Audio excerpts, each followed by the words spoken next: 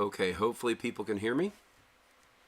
It's having some audio issues. I was actually just saying while I was muted, I'm playing around with my live stream setup up here, trying to get myself a little bit more table space. I got rid of the little mic stand. I think it was more in the way than helpful.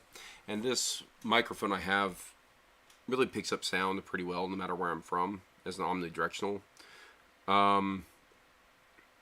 So hopefully this just gives me more space to work in, and it doesn't make the sound suffer. I think the angle of the video will be slightly better, and also gives me more space because it utilizes my laptop to hold the webcam. I think the whole setup will be better, and the webcam setup will also put me on eye line for when I'm talking to people or reading chat. I'm actually looking in the direction of the webcam, which will be very good. Hey, Switcheroo Buckaroo, how are you? So we will see how this setup works. And I plan on recording something real quick while I'm doing this.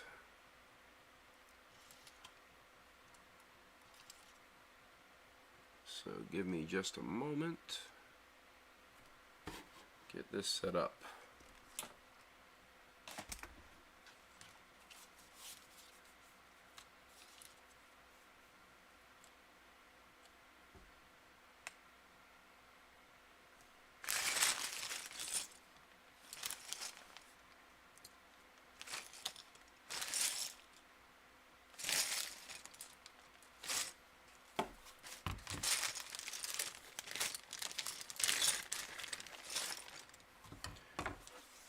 You get to see how the sausage is made here, as it were.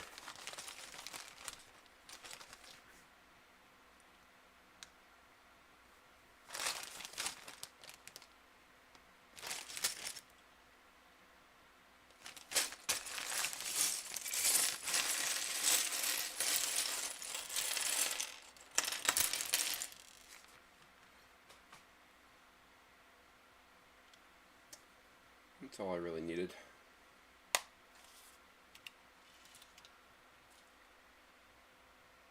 So I'm going to get to finishing up this Batmobile that I started that long time ago. Hey Wyoming, transplanting your veggies starts since it's still too cool to plant outside. Yeah, we as I've been learning, as I've been trying to develop my green thumb, I rely a lot on my mother, who knows a lot about gardening. And she gave me a very interesting tip that I've somehow managed to live in Georgia my entire life and never here, which is apparently like the rule of thumb for Georgia gardeners is don't plant things till after Easter. And once Easter is done, you start planting everything. I'd never heard that before. It kind of makes sense. It's when our weather is more reliably warm, with the exception of winter crops like broccoli and whatnot. So that was pretty interesting to hear. So I just finished planting some peppers and tomatoes. I did that a couple days ago. We've also been planting some decorative shrubs and trees around our house as well. My wife has. So at this point I've got broccoli, lettuce, cabbage, and it's different varieties of lettuce and broccoli. We've got potato towers. First time trying potato towers, gonna see how that works. Doing peppers and tomatoes. Doing a new garden bed setup, so I'm really just growing things that I will likely can or dehydrate. So that's my plan there. And then I've got two other beds that I'm going to fill up as we go. But I don't have the soil for them yet, so I got to get soil in them. I'm learning as I go, basically. your first winter ends in April, second winter lasts until June. Yeah. We have a very good long growing season in Georgia, which is nice. So, all right, let's see if I can make sure I got a good angle here on everything. As I said, I've been playing around with my live stream setup, so I want to have a general rule of thumb that the model I'm building is back here, and at least for smaller builds, the parts are kind of in front of it, so you can see what I'm building. I just got my little Joker built. There's my Batman. This Joker is the one that came from the second bag, which I finally cracked open. My second bag. Because of course this was the one where all the pieces were missing. And it was really interesting. I you know, in going through this process, I will say I really didn't expect them to have the parts I needed. It's a retired set, but they have such a good good customer service, as I've said, that, you know, I messaged them. It was a very minimal process to kind of show that I actually had the set. They basically gave me a number. They asked me to put on a piece of paper and hold it up next to the box for a picture. That was about it. Kind of proved that I had the set in hand. And provide them with a seal number, which was for the purposes of determining which packing warehouse the problem may have come from. So it's pretty cool. I've had to order replacement parts twice from LEGO ever, and it was always like a single piece. Like there was one. It was funny. There was one that had this really long piece, really long plate, and it was missing. And like years later, I moved a couch and found it. I have no idea how it ended up under that couch, but it did.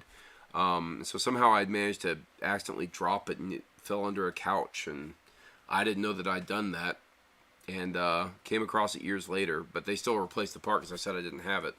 And I had one that was legitimately missing before that they replaced. But to have an entire bag go missing, which was very surprising, and you know, to have a happy ending is really good. And the fact that they had all the parts on hand is pretty impressive. So, but we're going to get into building this model. And I've been building other models. You know, I showed off the Asylum build in that live stream last week. I actually finished over the weekend a botanical garden. That again it's an off-brand version of LEGO, but a really, really nice build.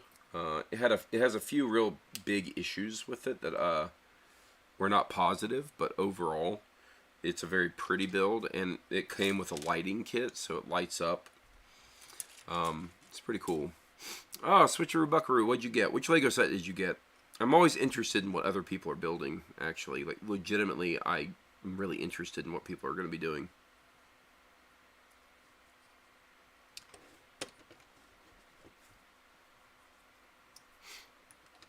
It's, by the way, if you like LEGO and you like Star Wars, now is the time to go buy LEGO Star Wars things, because they're doing their May the 4th promotion. So you get a lot of bonus goodies if you are buying, you know, a certain amount of, you know, a certain price point of sets. You'll get some free goodies. And if you're a VIP on their website, which is free to do, so like the very first thing you do when you set up the website is create an account and go and go make yourself a VIP. There's a couple really cool goodies that they have, and I actually picked up a couple of Star Wars related sets that I would maybe build. Like I almost never buy sets that I wouldn't be willing to build. Even investment sets, I tend to try to get ones that I would enjoy. But I am buying them more as investment sets. Oh, so you got the Mando helmet. That's cool. That's a good one. I saw online where someone had gone and sourced all the gray pieces as metallic silver pieces, because it's kind of just gray pieces, flat gray pieces they use in that set for pretty good reason. But someone went and actually did it with metallic to kind of make it super shiny, which I'm sure was pretty expensive to do. But that looks like a fun build. I actually have, the Boba Fett built helmet over here that I purchased at a discount off of Amazon. I tend to funnel my funds through an Amazon credit card, like everything I can funnel through it to get all the reward points. And then I usually use those reward points to buy Lego sets. And Amazon tends to have them kind of rotate. Now I say Amazon, but it's actually, it's Amazon fulfillment of the actual Lego store. And they tend to actually cycle through sales. So you can get things 20% off here and there. It's a good way of doing it if you want to get slightly cheaper sets. So I got Darth Vader and Boba Fett helmet builds to kind of go on my helmet build wall. I got both of them for, I think it was 20% off, and I want to say 17% off, which is great.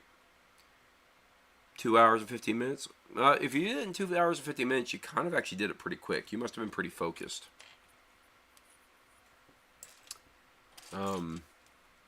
Those helmet builds tend to take a couple hours, but you have to kind of do it all in one go and really hone in and focus. Like I said, a lot of mine is a slower build process. I watch, baseball games, do live streams, whatever, so I can let it last a bit. But yeah, no, I really like the helmet builds. I didn't think I would, but the more that I have done them, the more I seem to really enjoy them, and the more I want to do. They just announced a Baby Groot build. It's not really a helmet build, but it's a little statue build, and it's because it's Baby Groot. It is to scale. It's actually at the scale of the actual Baby Groot character, like 10 inches tall or something like that. And I think that's going to be released in June. It looks like it'd be a pretty fun build. And I've found myself being kind of enticed more and more into getting some of those kind of display builds. Although I really do want to focus on building out my city. That's still my primary goal, is to get my city build going.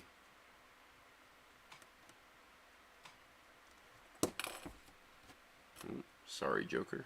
Move you out of the way a bit. And currently, so I built the asylum in my downstairs space, and I built my my botanical garden that were both knockoff sets. I won't have any more knockoff sets for a while. I did buy a couple more, like the weapons museum. So I started working on my roller coaster set, big roller coaster set, and I'm about halfway through it. And also over the weekend, I got a couple of the Lego Friends theme, which is the girls theme, and have been teaching my daughter how to put together a set, how to read the instructions and all that. And it's a process because she's 3 and she's way too young to do it. But she's been building the set basically with my guidance all on her own.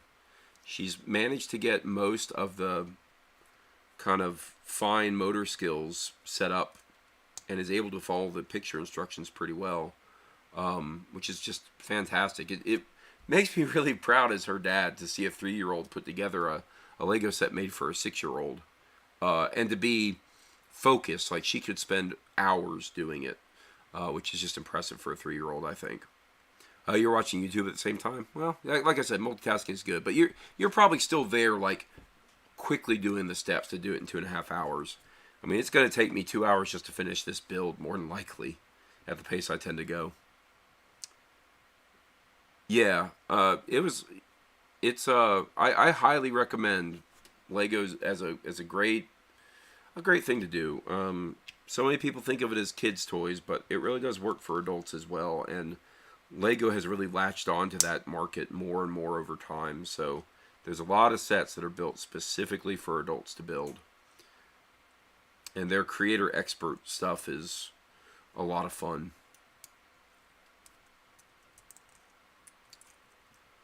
But yeah, getting my daughter to build Lego sets has been a lot of fun for her to kind of learn that process. And I've been getting sets that I could, later on when she's disinterested, I could modify to match my my Lego City. This is a weird gun thing. Okay, that's interesting.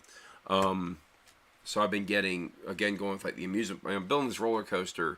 I have the Disney Castle, and I've got a couple like Ferris wheels and things I want to build because I want to have an amusement park set up as well. And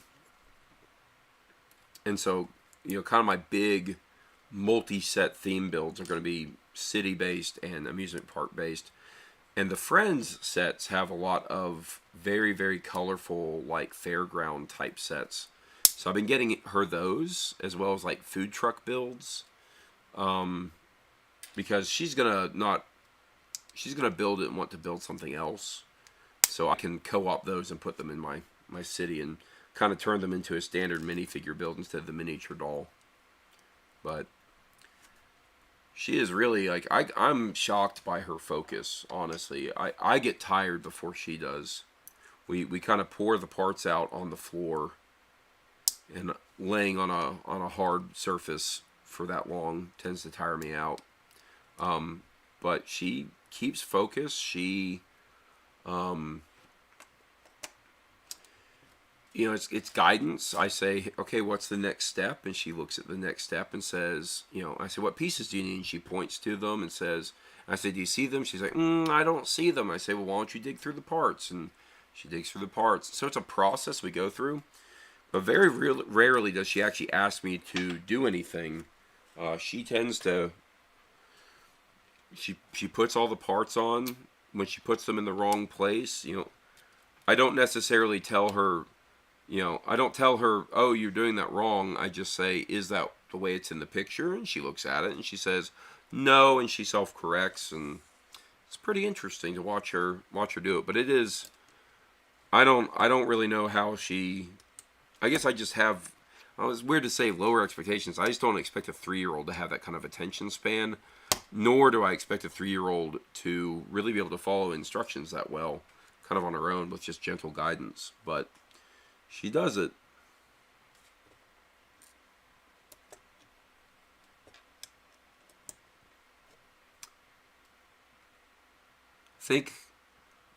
I think I build my Lego sets fast because I color code my Lego bricks so they're easier to find. Yeah, so there's a whole kind of Zen aspect to that as well. Hey, Sprazer, how you doing? There's this whole kind of Zen aspect. Like, I have all these pieces in front of me, and I could, if you maybe see on my screen, I could color code, and I could piece match, right? So have similar pieces together, and if I was really OCD about it, kind of line them up together. And some people spend their time doing this as a Zen activity because it is a repetitive and simple, like simple in that you don't have to think too much to do this.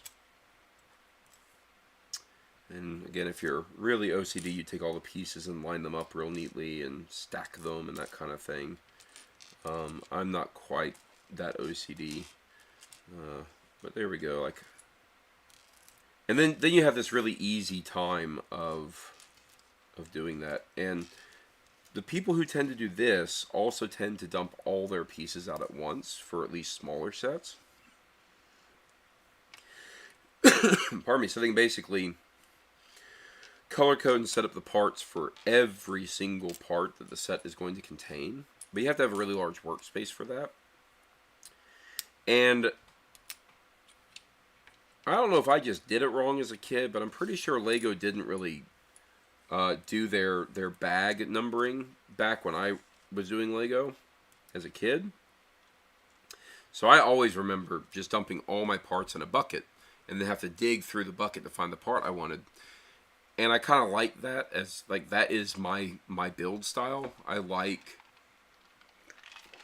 having to search as I go, and it helps me to extend the length of the build process. Yeah, good to hear you're doing good, Sprazer. Yeah, I'm really, really, really good. This weekend was really good. We celebrated my youngest daughter's birthday.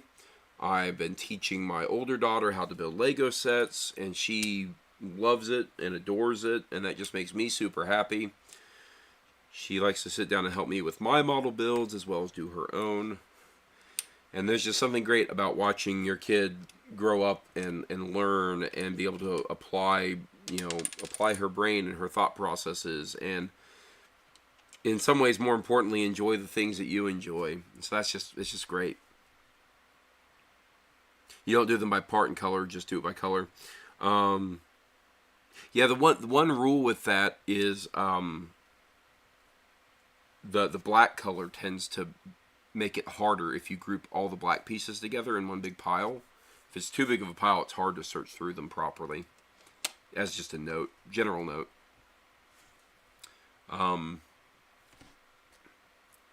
One of the tenets of storing Legos or storing parts for, just like a part shelf that you can just access at any time is never color code. Always do part coding. And then if you are going to color code, mix black and white, and mix blue and yellow, and mix colors that don't match, as a good way of being able to quickly search through things so they don't all just blend in into one big messy color. But black specifically because it doesn't reflect a lot of light back.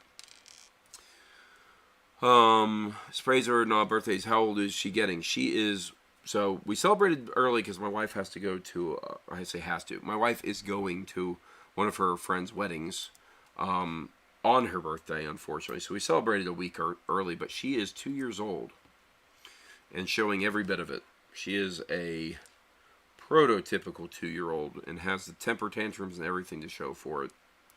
But she's also a sweetheart, and we got her a rocking horse, a little, plastic rocking horse, but she loves it. And we knew the exact one to get her because when we pick her up from daycare, she's almost always riding the same rocking horse at daycare. So we're going to get her that, and she just sits there with this giant grin on her face and just rocks for like 30 minutes straight. It's wonderful. Everything about kids is wonderful. Don't let anyone ever tell you anything different. But yeah, 2 years old, 3 years old. Like I said, this was a pretty good week. Took my older daughter to a baseball game to see if she would actually enjoy it, which my thought was she probably wouldn't, but she'd enjoy eating popcorn. And that was pretty accurate. I asked her if she had fun at the baseball game. She said, yeah. And I said, do you want to do it again? No. So I think she's a little bit too young for it.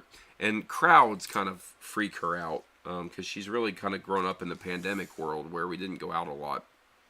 So big crowds kind of intimidate her, I think. And it was the case, I think, more than anything in that experience. But I think she'll still enjoy it when she gets older.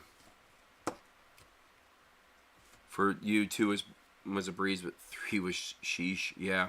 Well, it's interesting. My older daughter, her 2s were really, really mild. She would tantrum, but they were always very short-lived, and she'd get over it real quick. Not like my second child.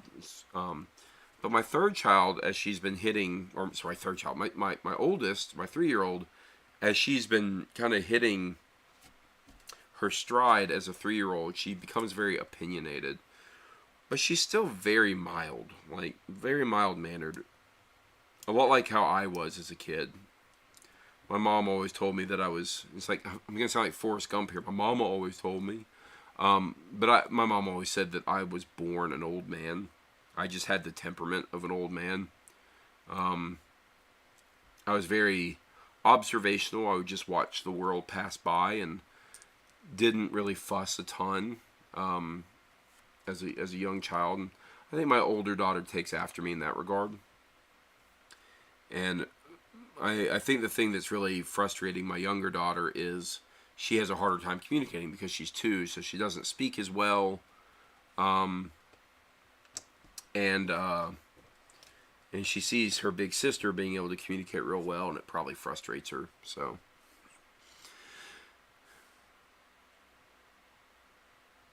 yeah, and it is. It's very fast. They grow up way too quickly. It feels like all that time really flies so much quicker. Like I said, it's great. I wouldn't trade it for anything in the world. And to watch them, more than anything, to watch them just find themselves and start developing their personalities is just fantastic. So great.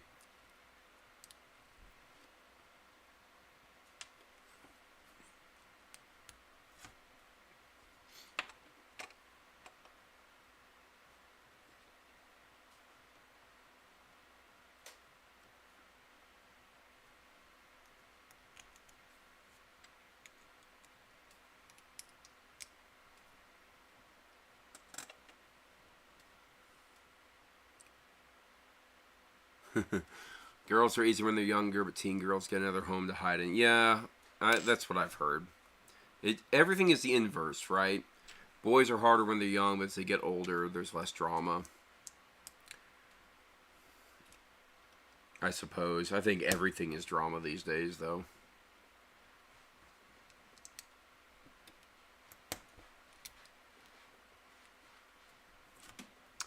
I'm trying to enjoy being the father who is greatly loved now, because when I have to start laying down the law when they're older, I'm sure they're going to hate me for it.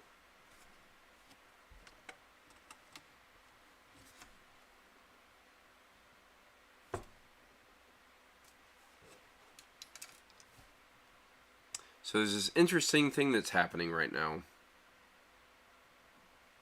which is I have a lot of extra pieces here. And this is from that bag that they packed for me of extra pieces.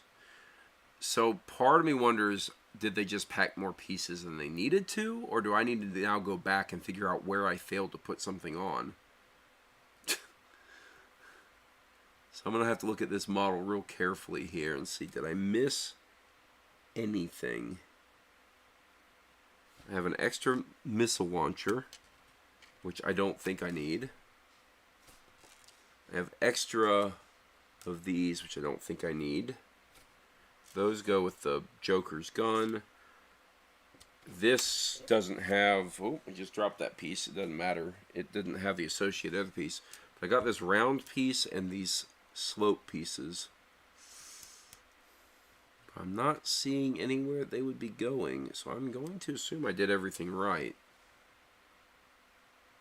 Oh wait, I found one spot where I need a couple of these dot pieces. So there's one, so maybe I do need some of these.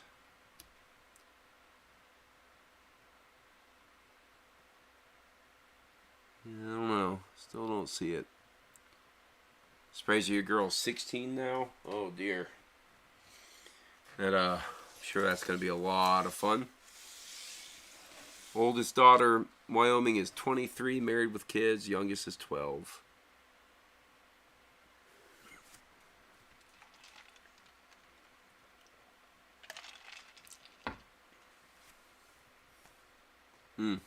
Well, I'm sure, I am very sure that getting them to the point where they are past the teenage drama is probably a good point, but then you're having to get through the drama of them getting married and having to make sure they're marrying the right guy. Wyoming, you strike me as probably the type of person that would put the fear of God in a potential suitor, though.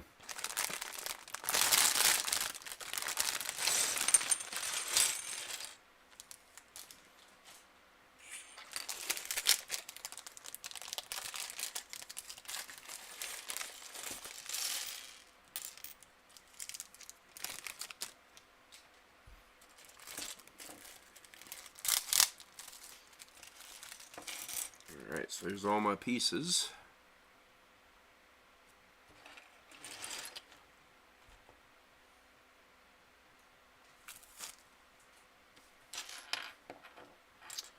I will say that one of the things I do, talking about sorting pieces here, when I have tires and wheels, I tend to set those aside to get them out of the way.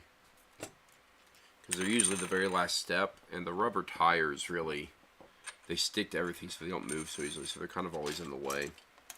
And some of the big pieces I do tend to move to the side, but again, not colored coding really per se.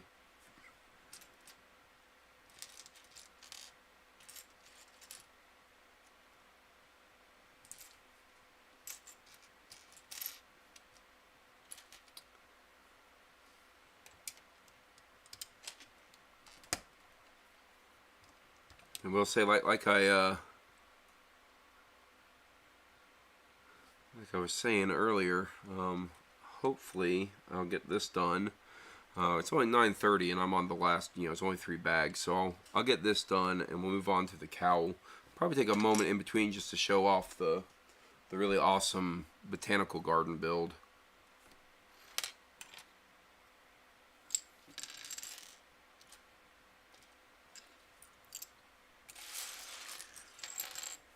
Trying to kind of force myself to do certain things for the benefit of anyone who is not just listening but is actually watching as well. Put some things on the forefront so people can see what I'm doing. This is really cool. This is probably my favorite thing about the build, are these little Batman hubcaps right here. Little Batman hubcaps. Probably the best part.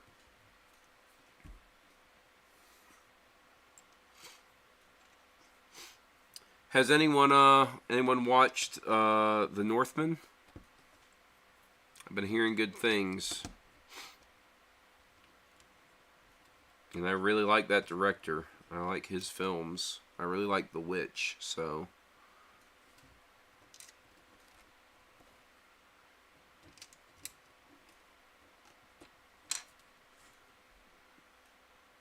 More than once, a new guy came in unannounced. A group of family and officers cleaning and sharpening weapons. There you go.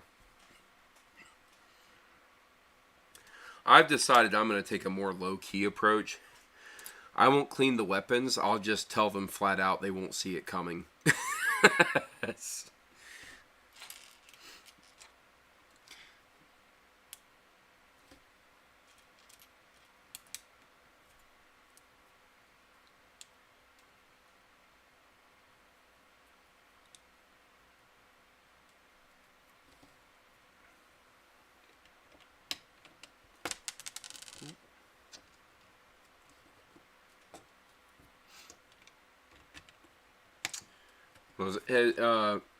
Has anyone on the stream ever seen The Witch, or as most people call it, the Vavitch, the one with the 2 V's?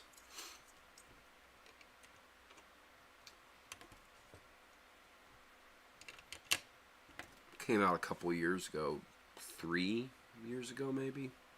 It's been a little while, I think. It was easily one of the best movies to come out that year. One of the things that the director does really well, because he does a lot of period piece stuff, is the dialogue it's English and it's understandable, but it's used, they use verbiage and word choice that is very archaic, both in sentence structure and word choice. So you really have to think about what they're saying, but it also gives it this slightly Shakespearean quality in terms of what you're hearing, and then on top of that, it feels much more period accurate for that reason, and the actors that he tends to choose are very good at delivering those types of lines, so I highly recommend his movies. I can't remember the director's name right now, but The Witch is just really, it's a horror movie, but it's really good. And it's a horror movie in the sense of, like, That's the genre it falls under, but there isn't a lot of like horror, and there isn't a lot of like well, there's a lot of suspense, but there isn't like a lot of jump scares or anything. It's more like it's a horrific tale of terrible things happening, um, but so well done, so incredibly well done. Fishing boat with a disposable wood chipper. There you go. Well, my father-in-law extended quite a lot of grace to me as a potential suitor. And I adore my in-laws. I'm really, really, really, really, really lucky in that regard. Fantastic, fantastic in-laws, and very loving people. So, great to have around the grandchildren. Great to go have dinner with on a Sunday afternoon. Type of family you want. So I would hope that we can be the same, and I would hope that my daughter's potential suitors will be quality enough that I can extend the same graces to them. But I don't put up with shenanigans, so...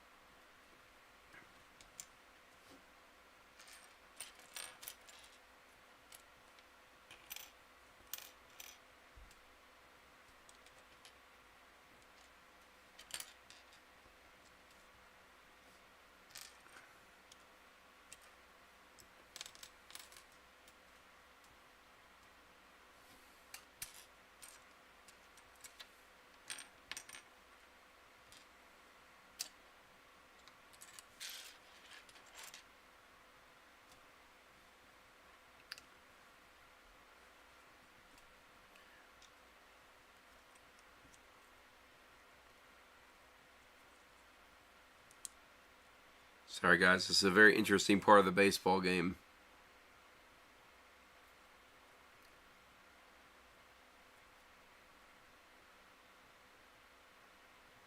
Now my attention is very much being pulled in that direction. I'm going to turn this around so people see I'm building this really cool front to this Batmobile. There's so many little bat features, I'm not sure where they're all supposed to be going. I'm very confused by this.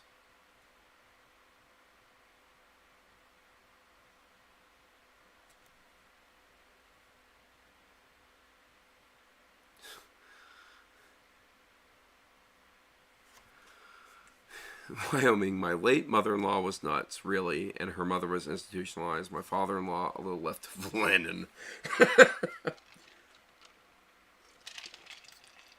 Well, I'm sorry to hear that. I would say my father-in-law is probably more conservative than me, and none of us talk about politics anyway. Not really. But I think generally we're all pretty well aligned. Like I said, they're very loving, kind people, and you really, from my perspective, I could never ask for better in-laws. They could certainly ask for a better son-in-law, I'm sure, but yeah. This is such a weird instruction step. I don't understand what I'm supposed to be doing here. It shows me all of these pieces, but they don't do anything. So confused by that step. Maybe I'm going to use them later? It's bizarre.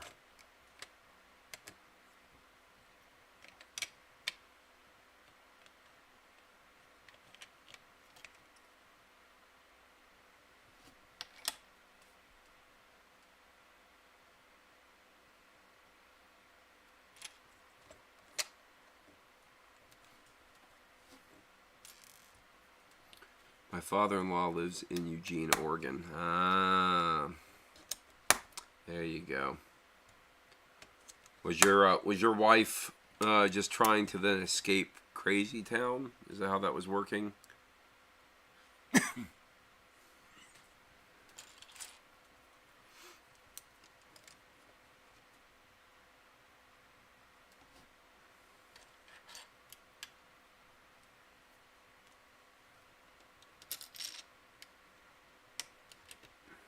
You know, Oregon is a very beautiful state. It has some of the best natural beauty that the United States has to offer.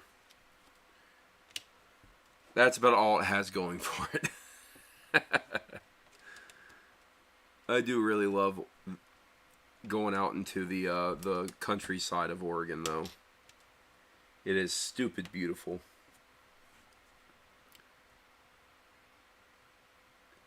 I need to ask what the difference is between blue state and red one.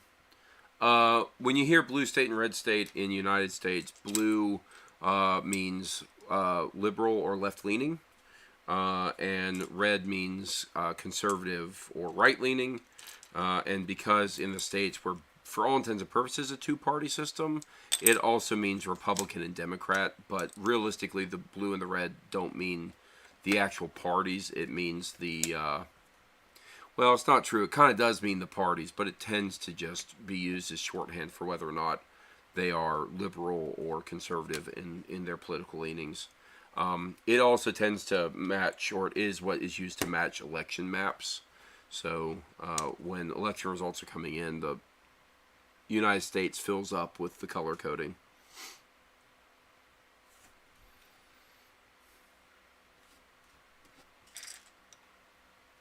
We have in many ways, a simpler in concept, but probably more complicated in execution political system than other countries, just because the two-party system trying to represent a band of political thought processes is kind of a weird one. Her father abandoned her when she was 1. Mother-in-law was a gypsy and moved around so much my wife went to 13 schools. Oof. Well, I'm glad she has good stability now. And I would hope a very good life. So, yeah, that can be really tough to come from a tough family.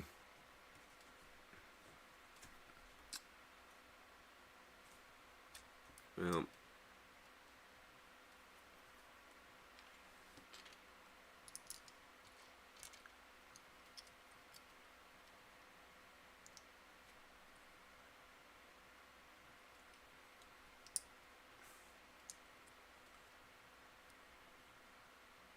Do I live in a red or blue? I live in a red state that in the past election cycle went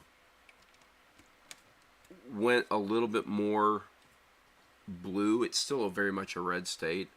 A lot of that had to do with just, well, it could do with a lot of things, honestly. But it's a red state. And I'm a pretty conservative person, which is not going to be a surprise. You know, being a Christian, you tend to be a pretty conservative person at that point.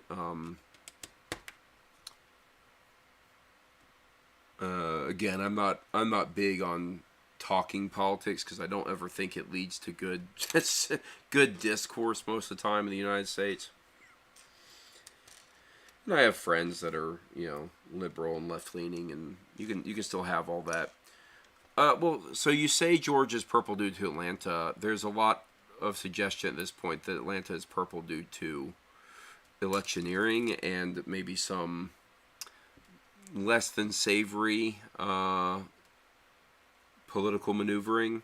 And I don't think that's going to last much longer, the whole purple thing, because I think people are pretty well sick and tired already of around here of democratic governance at any level. So I think we're gonna probably go back to red. But the good news is that if it were to ever get worse, from my perspective, we have Florida, a hop and a skip away. I'll say that a lot of Atlanta's growth is also pulling from Hollywood, which is, you know, crazy left leaning, and that has pulled a lot of industries that tend to have left leaning personalities come with it. So that's also been a thing that has been true for Georgia for the past couple of years. But I'd be very shocked if that sticks. I don't think that there is nearly the same drive, or there'll be nearly the same drive in the midterm elections in the states that there was prior. So this is a weird step as well. Creating a lot of weird gaps in this model. It's interesting.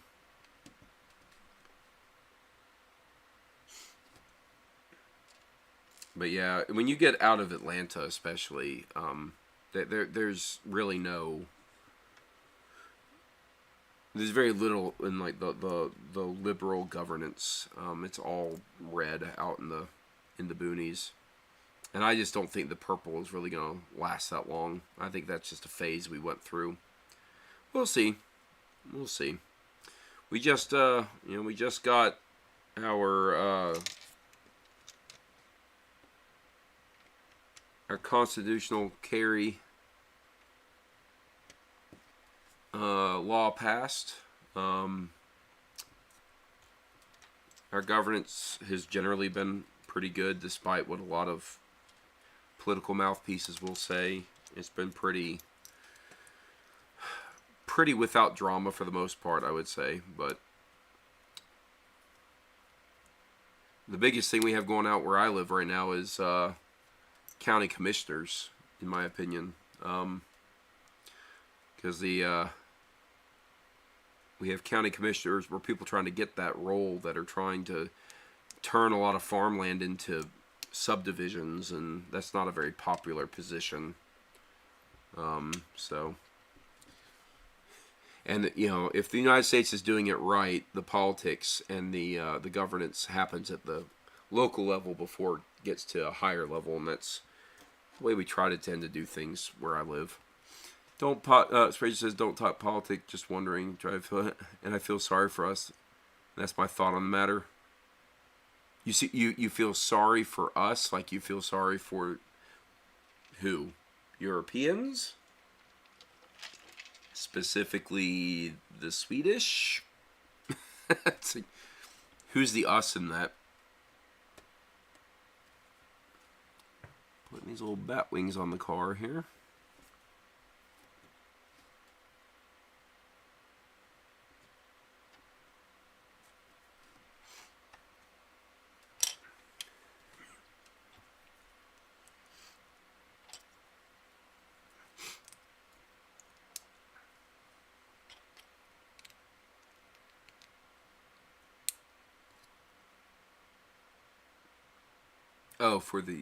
Sorry. Okay, you didn't use the capital U.S., so I read that as us. Yeah, you don't really need to feel sorry for the U.S. What's the rule? You get what you vote for, good and hard. We certainly will have our issues, but I'm sure that either people will wake up to doing the right thing and making better choices, or they won't, and they'll get the consequences of that. This is kind of the reality of it. I think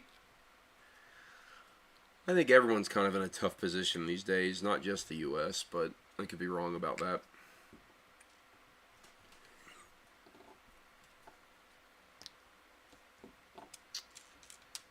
Alright.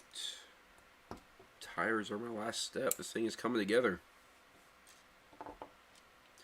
Get these awesome hubcaps on the tires. Put it on the Batmobile. It'd be good stuff.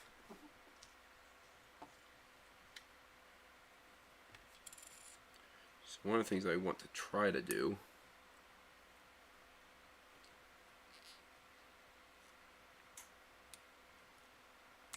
before I get too far into this do want to try to line this hubcap up a little bit. Well, of course I stuck it on in a way that it's going to be slightly harder to get off here, apparently.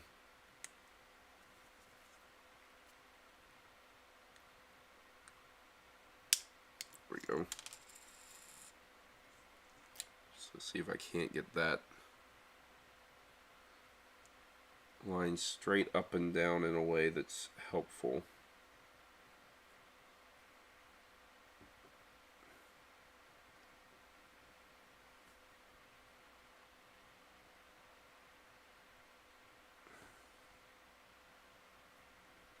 Something like that. So as I put these on, be roughly in the right position.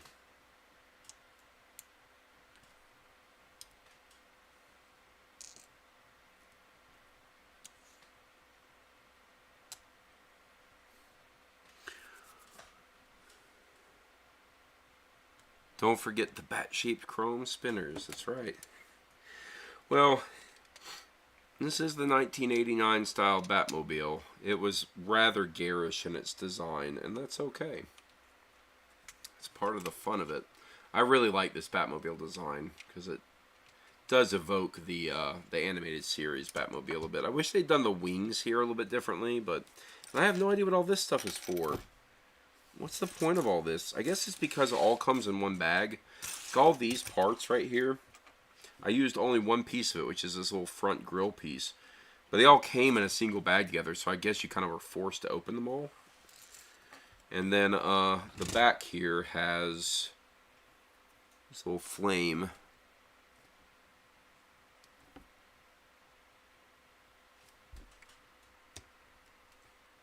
And then as it drives, the flame moves. As you can see, it spins.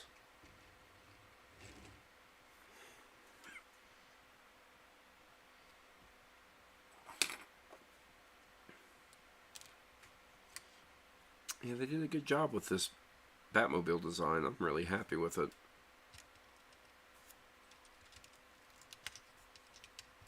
Get Batman in the cockpit of it, close it up.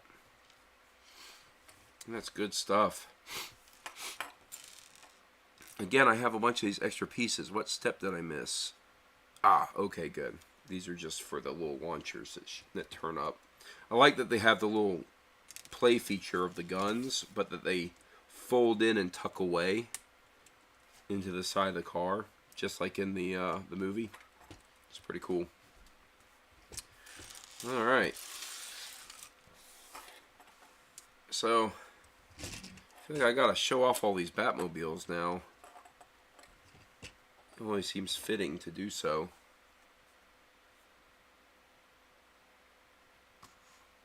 Have I seen Jeff Durham's Batmobile? I didn't know Jeff Durham had a Batmobile. I don't even really know that much about Jeff Durham. Alright, let's put these in order. Oldest to newest.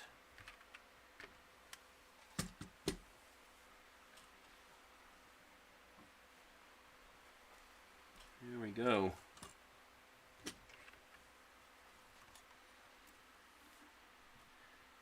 So I got my classic 1960s Batmobile, missing a Robin. I really need to get a Robin figure. You got the 1989 Tim Burton Batmobile with the... So you got the Cesar Romero Joker. You have the Jack Nicholson style Joker. Then you have the Tumbler Batman from the Christopher Nolan movies with Scarecrow. And then you have the new Batman... I always forget his name. What is that actor's name? Anyway, with the Penguin. And I didn't know that it was Colin Farrell who was the Penguin. That blew my mind when I heard that. That was impressive. An impressive performance by Colin Farrell.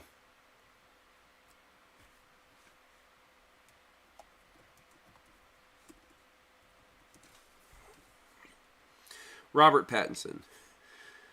Yeah. Robert Pattinson. That was such a well-cast movie. I could not believe how good that movie was and how much I really actually liked Robert Pattinson as Batman. I'm going to look up Jeff Durham's Batmobile here.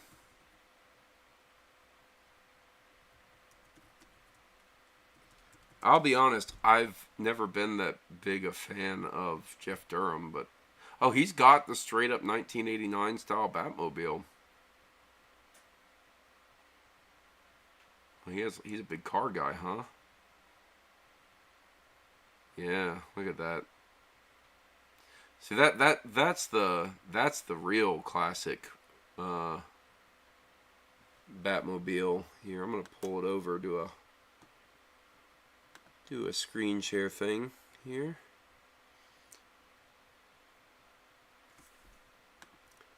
This is Jeff Durham's Tim Burton's Batmobile. And you can see it's very different from the build I just did, but I think that's just a minor styling difference. I'm still assuming that this is from the Tim Burton style Batman. They just had to modify it a little bit to work in Lego. But yeah, they just showed the hubcaps a second ago with the Batman logo on it. Here, there you go, right here. See, it's all based on something. Awesome. All right, I'm gonna go put these things up. Well, there was a very interesting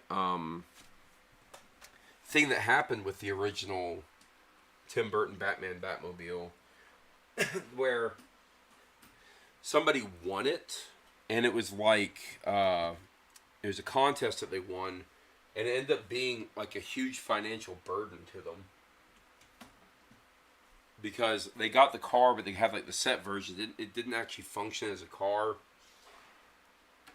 And he won the car, but he had to pay taxes, and the taxes were not covered as part of the contest. So he ended up like selling it and barely made any money off of it. And at the time, it wasn't the cult movies. They weren't as successful, so he couldn't like turn around and sell it to a collector because there weren't really collectors for that kind of thing. I watched a YouTube video about it a couple days ago. I'd heard about it before, but it was interesting. So this is going to be the next build. Will be this Cowl. But before we do that, I'm gonna go grab this botanical garden and show it off.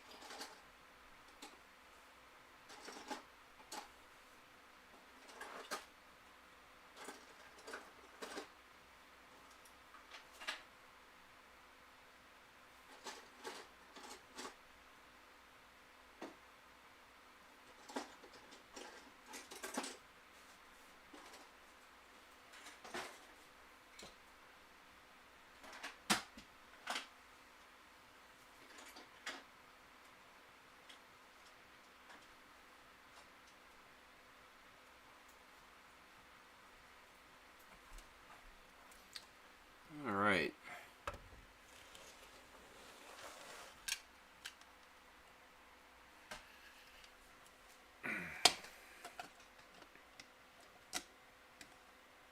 This has a little power box here that I'll turn on. I'll pull this over.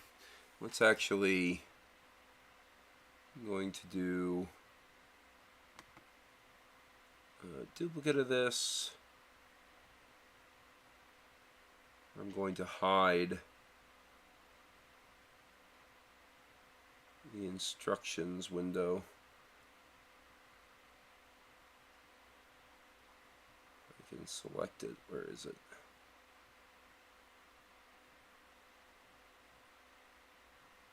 There we go. Alright, So, and I'll get rid of myself as well in this one. How about, there we go. Oh, why did that all break? Why is it doing this? Ah, here we go. Alright, so hopefully everyone can see this. So this is the botanical building. It's kind of got this interesting little Art Deco facade. It's all clear windows. A nice little sign says Botanical Garden. And it's kind of hard to see on the inside, really. And one of the downsides of this set is once you build it, there's not a great way to actually access the inside. It is very just kind of seeing it from the outside. And so showing it on camera is difficult, but it is light up. It does have these wires back here that go up into the model into some LED light strips that when you turn it on, it looks very pretty. So off and on. And that helps you look inside a little bit better. So you got like flowers and like a little coffee break area with some seating and tiled floors in there. You get different types of shrubs and plants. Here you have just like a little garden with flowers. Of course you have all these little flowers along the edge. The entrance, the front entrance here. Sorry, it's the back entrance. You know, little door.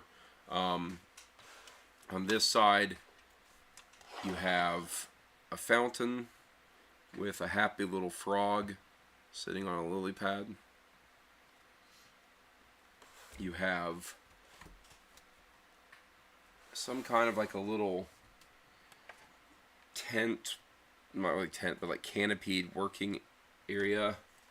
It's hard to get a good angle on this. And then the very center of it, as I kind of rotate this thing all the way around, down in here, it has this big tree that's growing in the middle of it that kind of grows up into the top in the skylight. Like I said, this is a non-Lego style build. Like it's a brand called Mold King.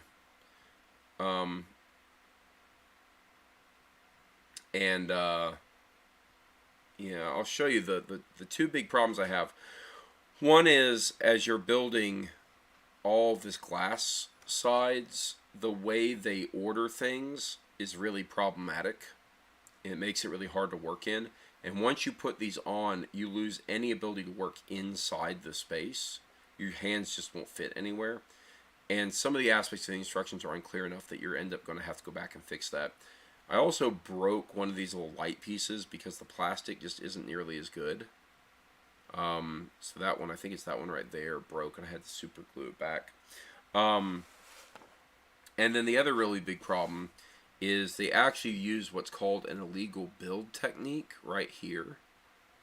And what that does is, you can see it creates this weird gap where things don't fit very well. And that's problematic. And that also puts stress and strain on the parts that will eventually cause them to maybe break or something. So it's a great little build. It's certainly well designed, but the instructions are a little bit messed up in terms of like how I would have formed the instructions and what order I would have done things in. And they should have done something other than these illegal build techniques up here. But you know, once you get it lit up, it looks pretty nice. You can find a way to do something with a little power box and put it in part of the city. I put it on my Mills plate so I could connect it up with the city block design. So I could add it to my city. And like I said, it's not an actual Lego set, but when I'm thinking about building a little brick town, I'm not overly concerned with whether or not it's Lego. I just want it to look real nice. And the majority of them will be Lego sets, but when a unique piece like this is available, I think it's worth trying to get a hold of and building. So I really enjoyed building it, but it was simultaneously a fun build and maybe one of the most frustrating ones I've ever done.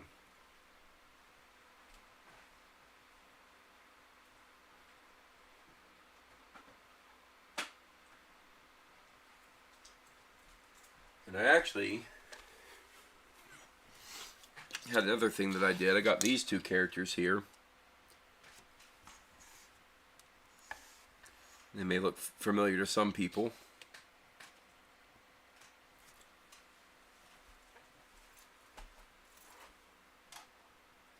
And then after I got those minifigures, I bought this big old thing. It's not really to scale, but it seemed like a good match to have all of this. So, pretty great. Wyoming says, can't wait for a new batch of chicks to be old enough to go outside. Tired of the noise in the middle of the night. Ooh, I can imagine. Switcheroo Buckaroo. I fell asleep. What'd you miss? You missed me finishing the Batmobile. And now I'm just showing off my Breaking Bad off-brand non-Lego set, which was an interesting little build. So, is that Lego meth? Well, it's definitely the blue stuff.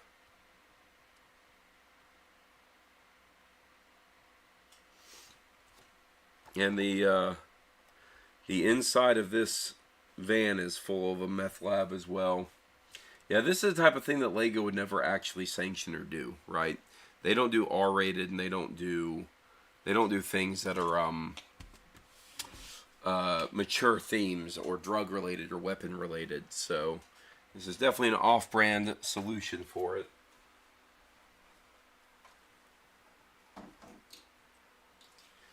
But it makes for a fun display piece. Ultimate Collector's, yeah, RV. Well, it's funny, it's kind of at the same scale as the Back to the Future DeLorean, really, in terms of scale to minifigure. Maybe a little bit smaller in terms of overall scale. But I liked the way it looked, and I already had the Breaking Bad characters, so I figured I would get that and build it. I've been picking up a couple of different kind of unique non-Lego sets recently. I talked a bit about the weapons museum. One of the things that I also got, I can actually kind of show off some of this, taking a break from Lego for a moment. Let's see here. Give me just a second.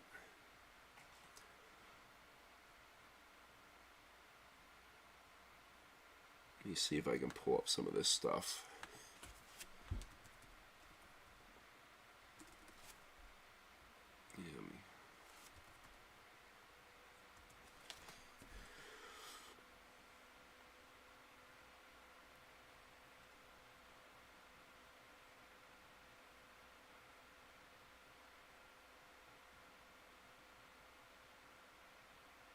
See if I can't just pull up some pictures.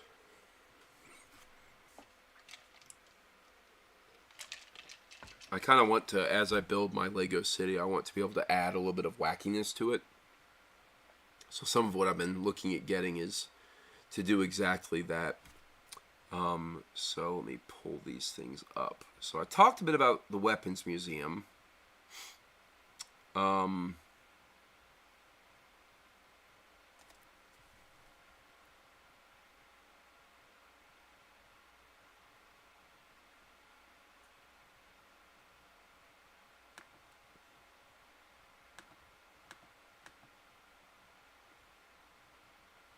See if I can't.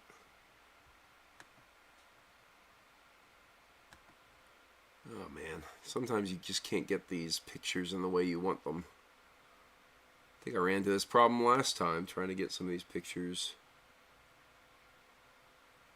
Oh, here we go. This will be a better way of doing it. So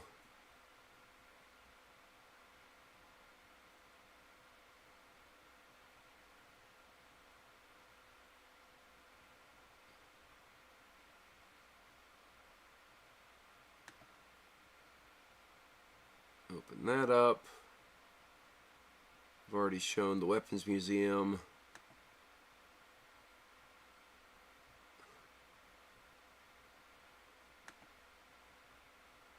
Open that up. And there we go. So pull this over now.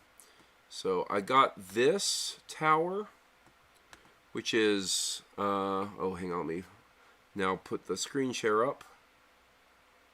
Dinosaurs and giant robots are always fun in the city. Oh, Wyoming, you are right. You're thinking right along the lines of what I'm thinking of right now.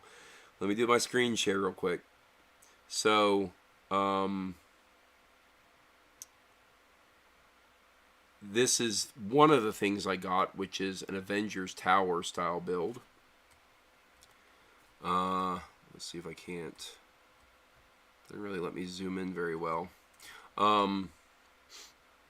But it's weird, like they actually Photoshop part of this. It actually has the Avengers A on it. But it's basically an Avengers Tower. And it's got all the interior detailing. So it's going to be like a really big build, and it's going to light up as well. It's going to have a lighting system on it. And it gets nods to all of the Marvel stuff. And I have a lot of Marvel minifigures from Lego sets and whatnot that I kind of buy and collect. So I'll add them all to that. Have my own little Avengers Tower. But this is a non-Lego, non-licensed kind of thing. And then, Wyoming, you were thinking right along my line. This is actually what I got. I actually do want to get. There is a kit that's like an Iron Giant from the movie Iron Giant. But yeah, so big King Kong and big Godzilla. And in terms of minifigure scale, they're not going to be crushing a minifigure in terms of scale, but they're definitely going to be large enough to be kaiju related, right? So, those would be fun builds to do, but it's going to be a while before I get them because they have to ship all the way across the world. And then I have one more I can show.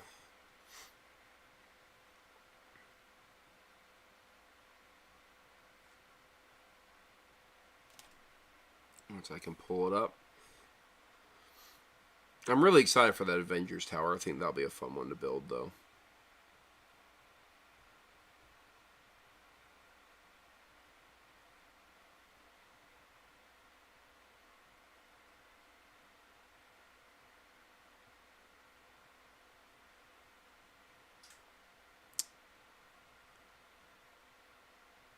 And let me see if I can get a nice picture of this one pulled up here. So the same company that made that botanical garden also made this one, which is now so big that I can't zoom out well enough. But it's a giant concert hall build. Again, it uses the modular building approach, so it can kind of fit in anything. But I think it looks pretty nice, and it's detail on the inside. So I'm looking forward to getting that one as well. But yeah, the big Avengers Tower, and the King Kong and Godzilla. Looking forward to building those. With that said, I'll get ready to start this next Lego set. Let me put away these old pieces.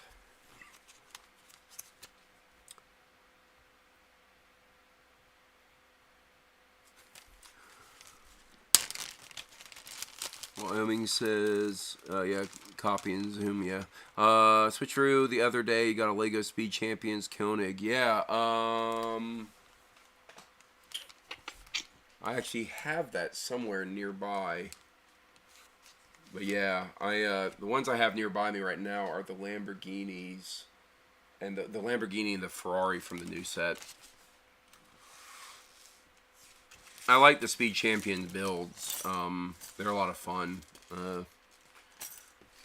Now that I've done all these Batmobiles, I'll probably throw some of them into the mix just to do a car every once in a while.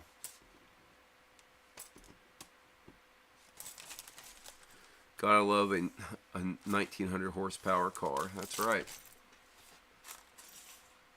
Let me see if I can find it. I have it around here somewhere. This is the one I actually want to do sometime soon as well, is this taxi, classic taxi. Yeah, I think this is it right here. Let's knock some boxes off.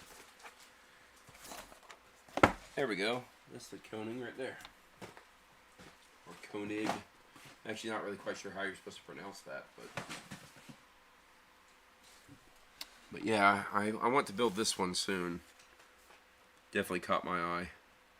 Koenigsegg Jesko. Somebody wants to tell me how I would say that in a in what would essentially be a phonetic sense. Please let me know. It's your first Speed Champions set. You have a question. Do they usually have that many stickers? Yes. The answer to that is a smaller set with as much detailing as they do with the Speed Champion sets. They definitely do a lot of stickers. Some sets, like the Batman one I'm about to start building, actually do not tend to have as many stickers. So like these pieces here are printed, I'm pretty sure.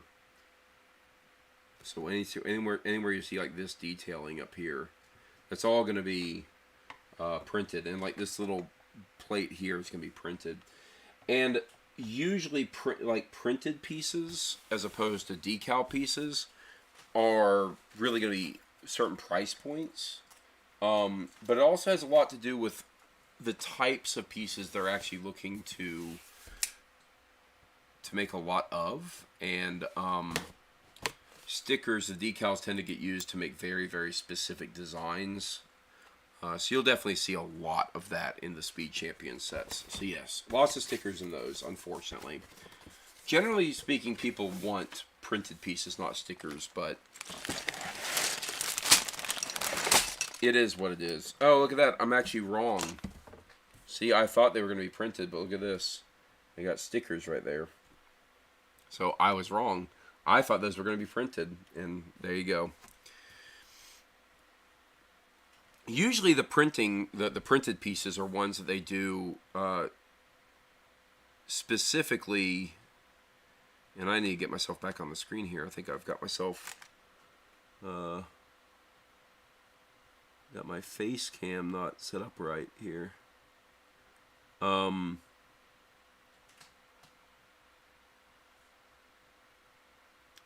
we go. What tends to happen is they'll print pieces that can be used across a lot of sets, or if the set is considered worth making a lot of printed pieces for. I kind of figured this one would be, but I guess not. And now I think about it, I'm pretty sure that the Carnage set, let me actually go check real quick.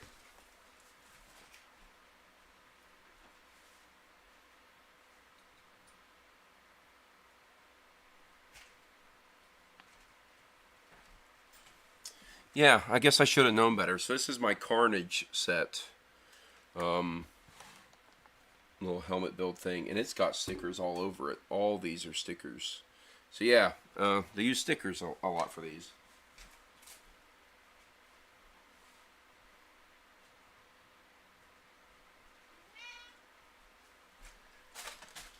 But I guess what I was saying is you tend to see the stickers when it's a very specific use case, and you'll get printed pieces when they can be used across multiple different types of sets or have a value beyond the one very specific thing being designed.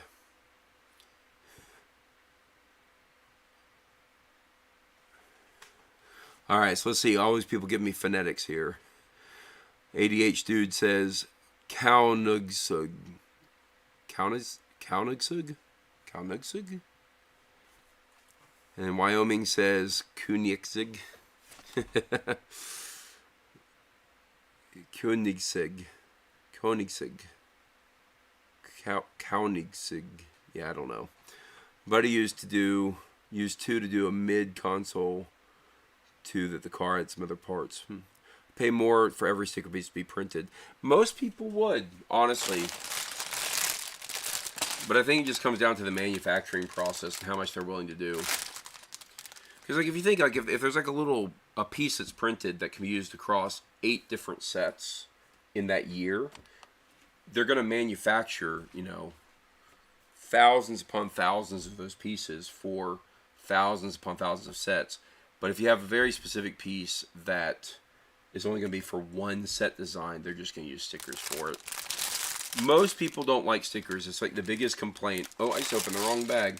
It's like the biggest complaint that LEGO ever gets is that people don't like the stickers.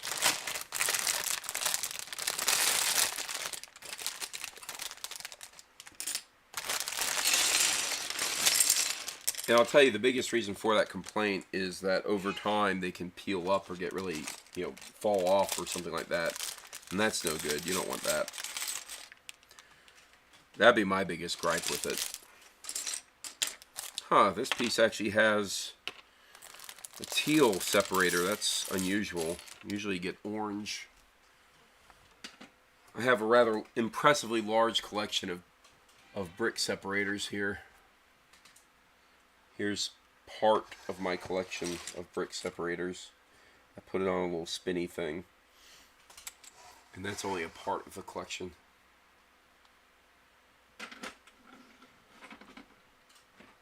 I gave up putting them on that thing. Had too many of them. I actually want to turn some into keychains. I think it'd be a nice keychain. ADHD says Conan's egg. You just can't place them right. Yeah, it's it takes a lot of trial and error. And have a pocket knife with you. If you place the sticker wrong, first off, always place it carefully and slowly from one edge to the other. And if it's wrong or if it's off kilter, just peel it back off. The one good thing about their stickers is that they can be peeled off. And reapplied, and you can do that a couple times without it really messing up the adhesion. So, all right, let's read up on this thing. It says, same bat time, same bat channel. The Batman TV series, 1966 through 68, helped pave the way for today's big screen superheroes. The hit live-action show perfectly captured the essence of DC stories with clear-cut characters, colorful costumes, and iconic pow, zap, and zlops caption cards. To this day, fans still love to watch their favorite heroes and villains deliver playful puns, surprise wall climb window cameos, impeccable comical timing, and thrilling cliffhangers. Also, Adam West is amazing. Meanwhile, in the LEGO Designer's Cave, Cowl, that's how the Batman TV series hit us, as a fun and light-hearted take on the Caped Crusader. Filled to the brim with colorful villains and bat gadgets, it translates the comics into live-action comic, with humor as the main ingredient. So we made the classic Batman cowl for you, on or off the display stand. We believe it would fit any layer, and you don't have to have a layer. It's just suggest you start building. One of my favorite things about one of the classic Batman builds, I think it's actually not the classic Batman build, but it's from the Batman movie, is that they actually had the shark spray. And I actually have one of the little shark spray canisters. So we'll get into building here. I'm going to invert this. I'm definitely going to push these pieces back and do the build here in front of me.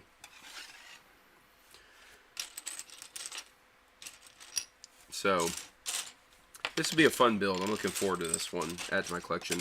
And like I said, I got a Boba Fett and a Darth Vader. You know, as much as I don't like Star Wars, I do like classic Star Wars.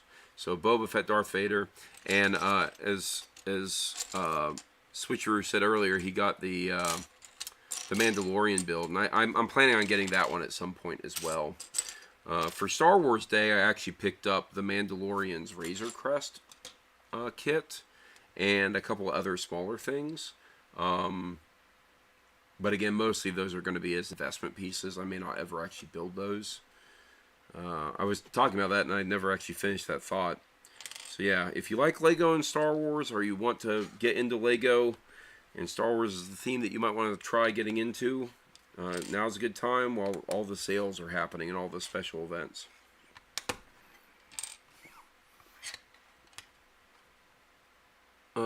what are those gray ones? I've never seen them before. Gray one what's?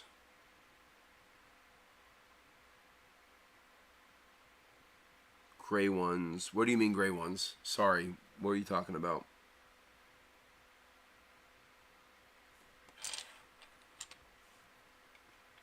What else I was gonna say? Oh, and a lot of the leaks for summer sets just came out today. They got a lot of really interesting sets coming out soon, so it'll be nice to kind of start adding to my wish list. I think I have very few that are must-buys in the immediate, but are definitely ones I might want long-term. Oh, the gray brick separators. Okay, gotcha. Yeah. Here, let me take a moment to do a show and tell with my brick separators. Let's see here. Got these. This one, and this one. So, with all these, don't need that one. This one. So,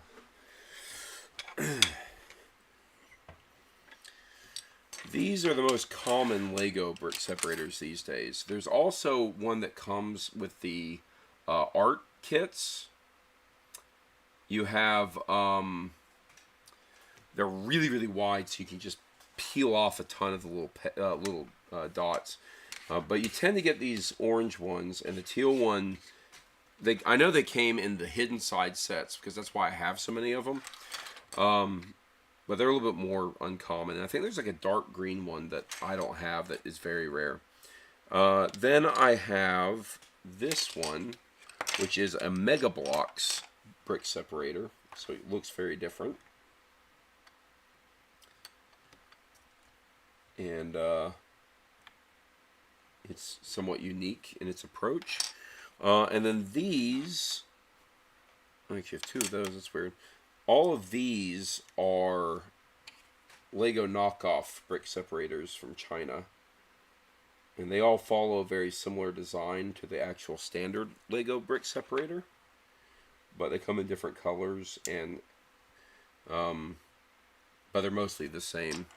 And then this gray one is the very first brick separator that LEGO ever made. This would have been back in the early 90s, maybe. And so, for comparison, it's the size difference. And they didn't come with kits. You actually had to buy these when they first came out. They were like a $3 purchase or something that you could buy in the catalog. And the very first time they released it, I feel like they had like a promotion or something. I'm trying to remember. It was decades ago at this point, right? But they were like, oh, we have this new thing called a brick separator. You don't have to use your teeth or a pocket knife anymore and risk damaging your Legos or yourself. And it's a big deal at the time. And then they, I don't recall those ever being included with sets, although it's completely possible they were. But when they started coming down to the little bit more narrow orange and teal ones, those are the ones that they would include with sets. And the inclusion of the brick separator tends to be tied to price point and piece count. So I think it's usually anything above $50 or above, I guess it'd be 500 pieces, thereabouts, tend to be sets that have brick separators in them. But there also isn't like a hard, fast rule with that. So people always wonder, like, why do I get brick separators in some sets and not in others? And that tends to be the reason. And you can buy a brick separator still on LEGO's website for like $1.50 or something. I just restored a memory of me buying Legos to separate. Yeah, I mean, my Lego collection had plenty of teeth marks on them. Because you really didn't have a choice. Like, so these two plate pieces here. I'll show you the power of a brick separator. This plate piece and this plate piece. If I did this, put them together like that, that was done, I would have to use a pocket knife or my teeth to try to get those off. Now, it's still not easy, and you tend to want to have to use other plates. So actually that was off screen, but let me reset that. If I were to stick this on a plate like this now, it's just as simple as pushing down and peeling it off. And there we go. And I'm not damaging the bricks. So brick separators are great. Handy tool to have.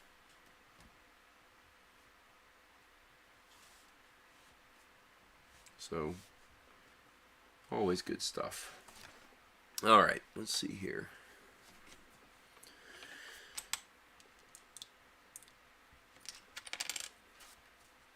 But because they come in so many kits, you end up with just a ton of them.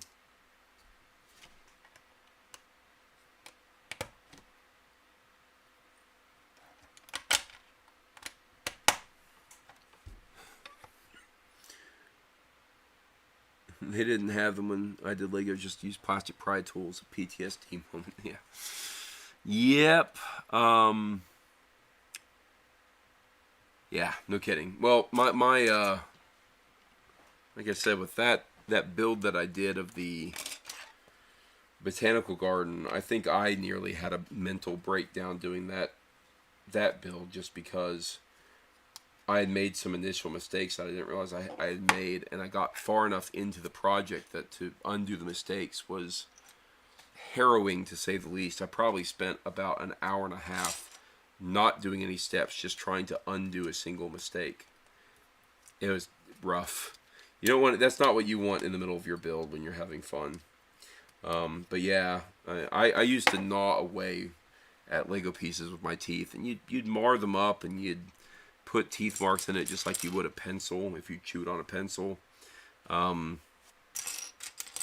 then they were kind of, worthless pieces at that point because you had damaged them beyond anybody else wanting to play with them.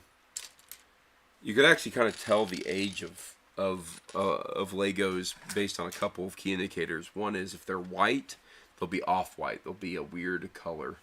And then also if they have teeth marks, you'll know that someone had been playing with those years ago.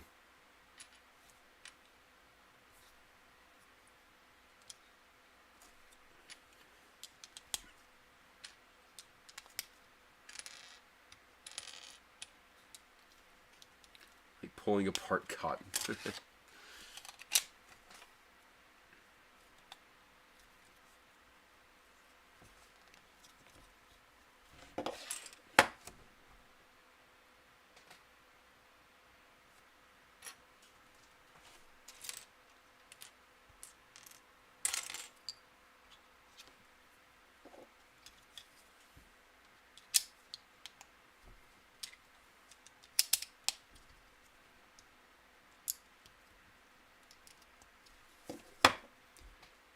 If you look at it's yours, right? Well, that's also the reason why when you buy used Legos, the first thing you should do is wash them. Get your sink filled up with nice soapy water. Give them all a good light scrubbing and a soak in the soapy water. Then rinse them off and let them dry. That's what you should do when you get used Legos. Even if you're buying used Legos from like a reseller or like a secondhand Lego store, you still should do that. If they aren't new, sealed in a bag, you should just assume they've been in somebody's mouth or down their pants. You never know.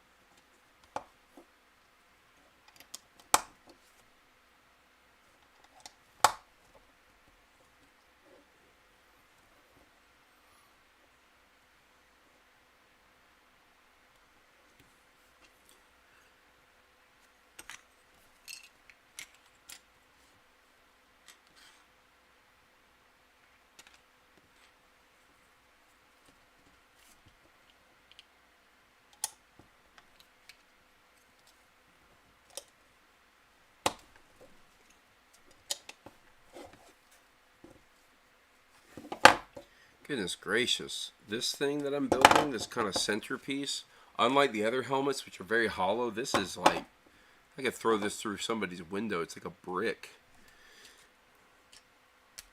And I mean that in terms of weight, not like Lego bricks. Why not clean with isopropyl? Couple of reasons, actually. One is that doesn't play well with decals, and it may not play well with the prints on the parts. And the soapy water is what's actually recommended by LEGO officially. So, kind of go with their recommendations.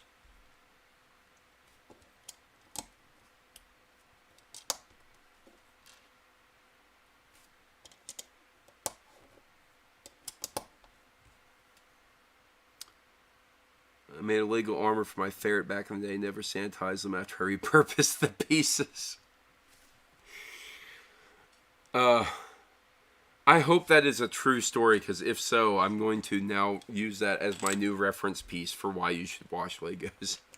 Yeah, someone once built Lego armor for their ferret.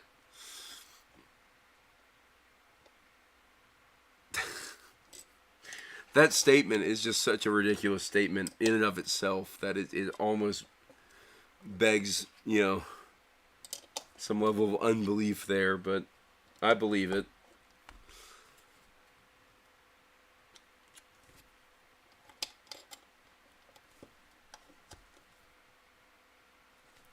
You'll be gone for a few minutes. You're reorganizing your Lego. There you go.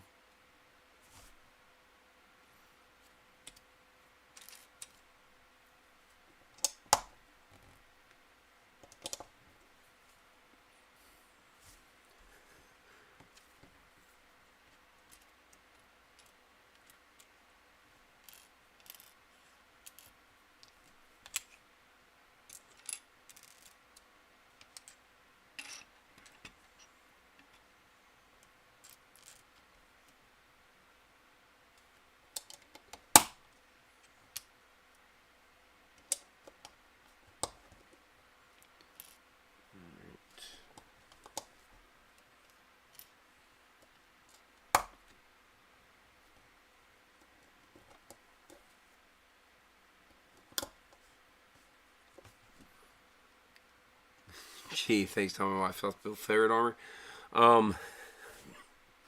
Wyoming. Is that a joke, or do you actually have ferrets?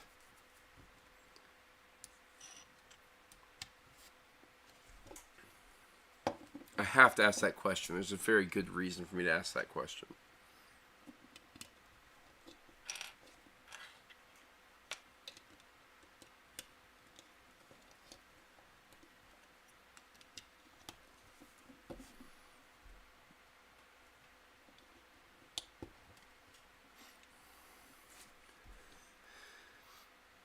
Mostly my question would be, if you actually had a ferret and that wasn't a joke, what purpose does a ferret serve in a homestead? We have 5. It keeps the rodents out. Really? Well, there you go. Huh. Alright, well, okay, now here's the better question, Wyoming. What animals don't you have? Do you have other animals that we all need to be aware of? That's crazy. I didn't know that they had musk like that would keep rodents out. That's pretty neat. It was true. I was 12 into Final Fantasy and got all kinds of homemade armors. That is amazing. Yeah, I'm definitely going to always wash my Legos after that story. So thank you for that wonderful example to everyone of why they should wash Legos. Well, I mean, I feel like I could learn all sorts of things about homesteading from you. You seem to have a wealth of knowledge of things that I've never heard of.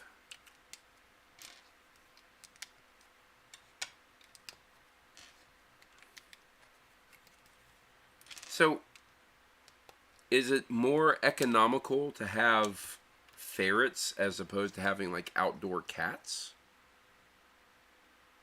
Oh, well, you just gave me the answer. You and several of your kids are allergic to cats. See, you were one step ahead of me. I was asking the question, and that popped up in chat. So you were already being predictive there. That's really clever and interesting. So that's crazy.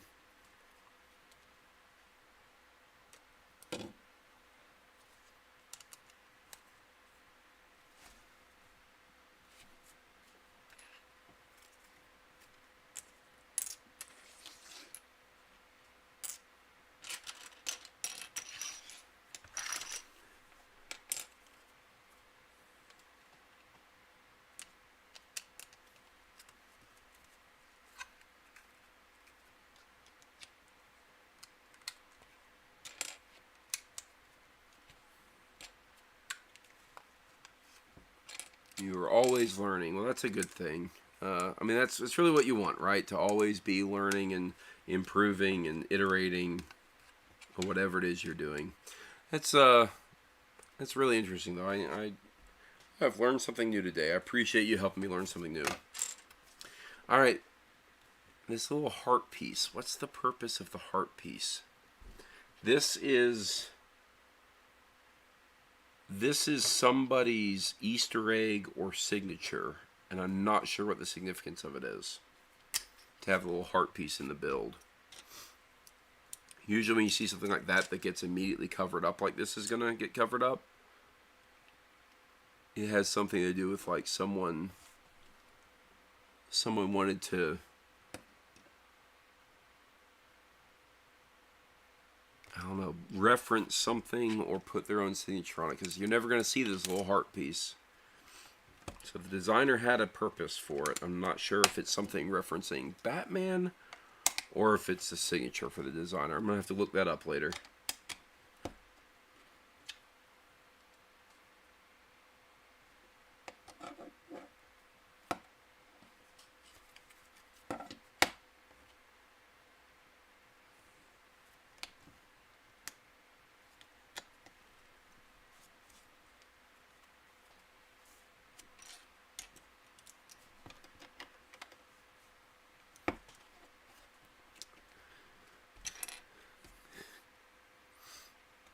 Besides, your wife loves her ADHD fun noodles, aka ferrets.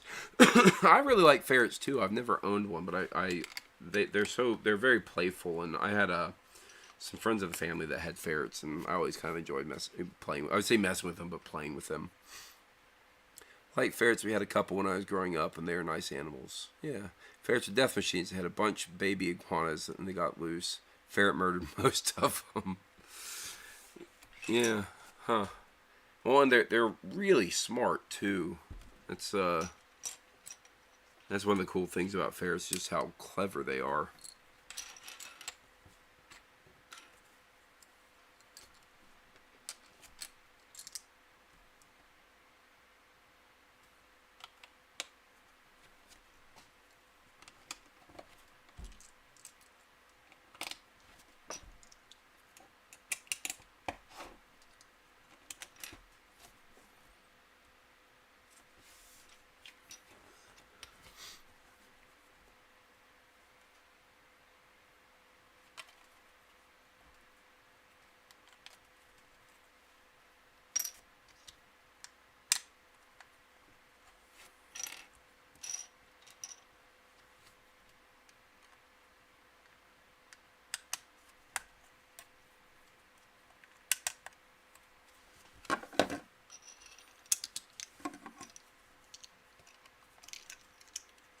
Alright. Well, this is a very, very substantial build that I've done thus far. There's very little empty space in it, so it's already pretty heavy.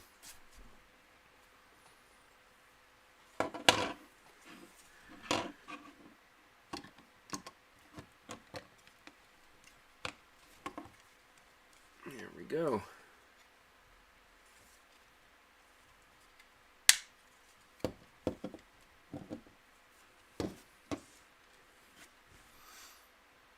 They're pack animals, so get at least 2 and let them play at least twice a day. Yeah, and you know what?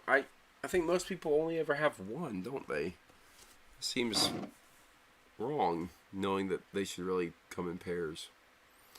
Alright, let's find out what the purpose of this LEGO 60s Batman heart.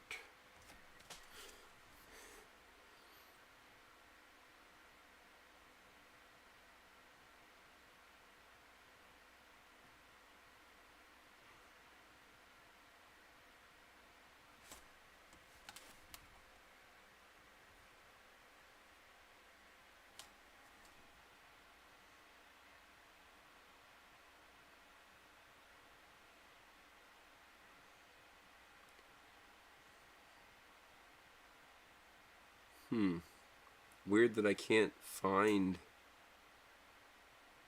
anything about this.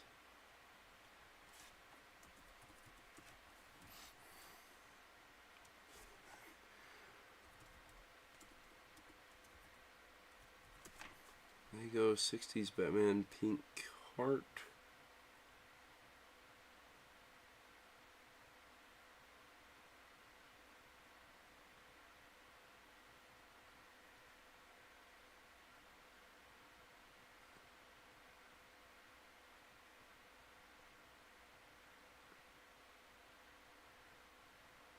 Yeah, it's really weird that that no one has mentioned this. It's really weird.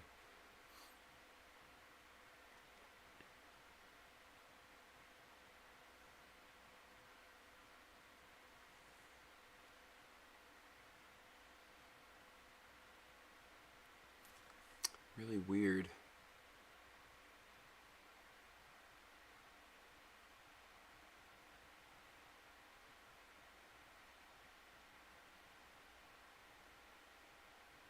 Okay, let's see if I can find someone who talks about the overall build and maybe references it. So weird.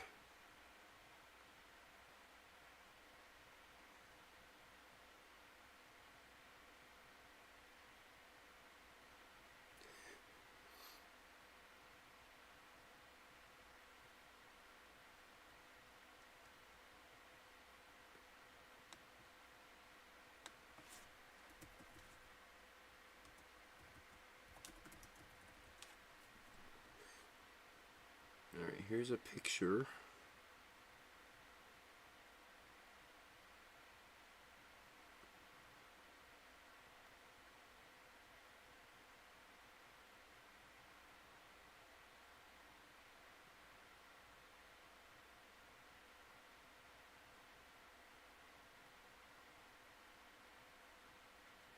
Oh, okay. So apparently the little heart that was in here was...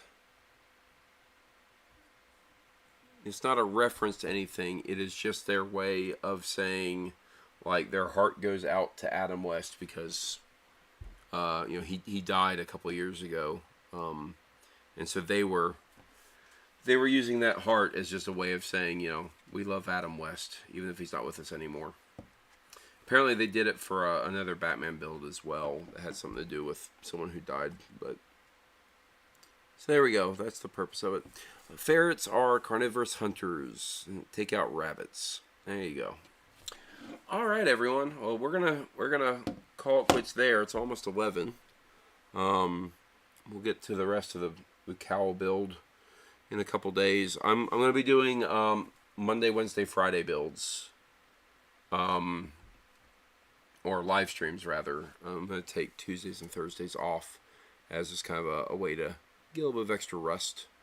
But that'll help me kind of keep a more consistent schedule. So I appreciate everyone hanging out a bit. And I guess I will see you all on Wednesday.